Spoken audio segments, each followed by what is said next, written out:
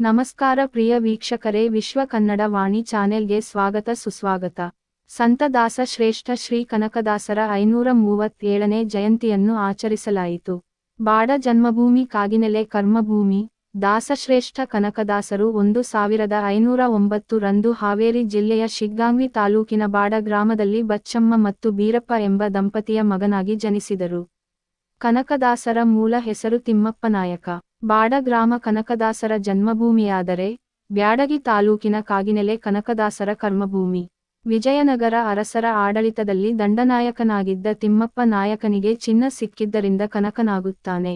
ನಂತರ ಯುದ್ಧದಲ್ಲಿ ಪಾಲ್ಗೊಂಡು ಅಲ್ಲಿ ಕಂಡ ಹಿಂಸೆಯಿಂದ ಕನಕದಾಸರಾಗುತ್ತಾರೆ ಎಂದು ಇತಿಹಾಸದಲ್ಲಿ ಉಲ್ಲೇಖವಾಗಿದೆ. ದಾಸಶ್ರೇಷ್ಠ ಕನಕದಾಸ ಜಯಂತಿ. ಹರಿದಾಸನ ಇತಿಹಾಸ ಕೃತಿಗಳು. ಕನಕದಾಸರು ಮತ್ತು ಪುರಂದರದಾಸರನ್ನು ಕರ್ನಾಟಕ ಕೀರ್ತನೆ ಸಾಹಿತ್ಯದ ಅಶ್ವಿನಿ ದೇವತೆಗಳೆಂದು ಕರೆಯಲಾಗುತ್ತದೆ. ಸಾಹಿತ್ಯದ ಜೊತೆಗೆ ಸಂಗೀತಕ್ಕೂ ಒತ್ತುಕೊಟ್ಟ ಉಭಯ ಸಂತರು ದಾಸ ಪರಂಪರೆಯಲ್ಲಿ ಅಜರಾಮರರಾಗಿ ಉಳಿದವರು. ಅದರಲ್ಲಿ ಕನಕದಾಸರು ನಾಡು ಕಂಡ ಅಪ್ರತಿಮ ದಾಸರಾಗಿದ್ದು ದಾಸಶ್ರೇಷ್ಠ ಎಂದೆನಿಸಿಕೊಂಡವರು. ಇಂತಹ ಕನಕದಾಸರು ಇಂದಿನ ವಿದ್ಯಮಾನಗಳನ್ನು 5 ಶತಮಾನಗಳ ಮುಂಚೆ ತಮ್ಮ ಕೃತಿಗಳಲ್ಲಿ ಪ್ರಸ್ತುತಪಡಿಸಿದ್ದರು.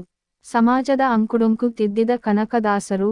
ಅವರು ರಚಿಸಿದ ಕೃತಿಗಳು ಅಂದು ಸಮಾಜದ ಅಂಕುಡೊಂಕುಗಳನ್ನು ತಿದ್ದಿದ್ದಲ್ಲದೆ ಪ್ರಸ್ತುತ ದಿನಗಳಲ್ಲಿಯೂ ಸಹ ಸಮಾಜದ ಸಾಮಾಜಿಕ ಜಾಗೃತಿಗೆ ಪ್ರಮುಖ ಪಾತ್ರ ವಹಿಸುತ್ತವೆ. 1509 ರಲ್ಲಿ ಜನಿಸಿದ್ದ ಕನಕದಾಸರು 1609 ರಲ್ಲಿ ಕಾಗಿನೆಲೆಯಲ್ಲಿ ಇಹಲೋಕ ತ್ಯಜಿಸಿದರು.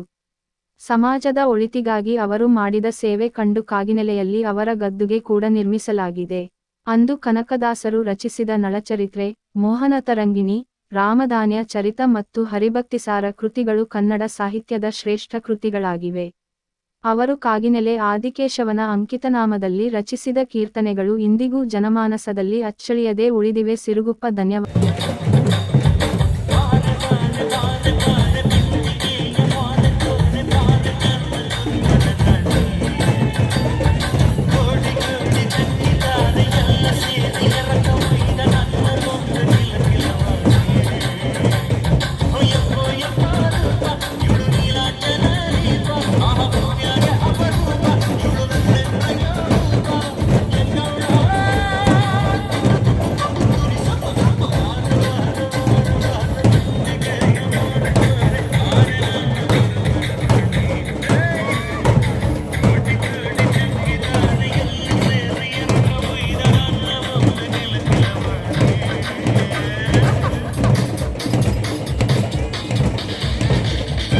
ಕುರುಬರ ಬೀರಪ್ಪನ ಮನೆಯ ಗದ್ಗೆ ಸಿಂಗಾರ ಕಂಡು, ಕುರುಬರ ಬೀರಪ್ಪನ ಮನೆಯ ಗದ್ಗೆ ಸಿಂಗಾರ ಕಂಡು, ಶಿವನು ಕೈಲಾಸದಲ್ಲಿ ಹರನು ಕೈಲಾಸದಲ್ಲಿ, ಶಿವನು ಕೈಲಾಸದಲ್ಲಿ ತೈತೋಂ ತೈತೋಂ ಎಂದು ಕುಣಿದ ಗುರುವೇ ನಿನ್ನಾಟ ಬಲ್ಲವ್ರ್ಯಾರ್ಯಾರೋ, ಶಿವನೇ ನಿನ್ನಾಟ ಬಲ್ಲವ್ರ್ಯಾರ್ಯಾರೋ, ಹರನೇ ನಿನ್ನಾಟ ಬಲ್ಲವ್ರ್ಯಾರೋ.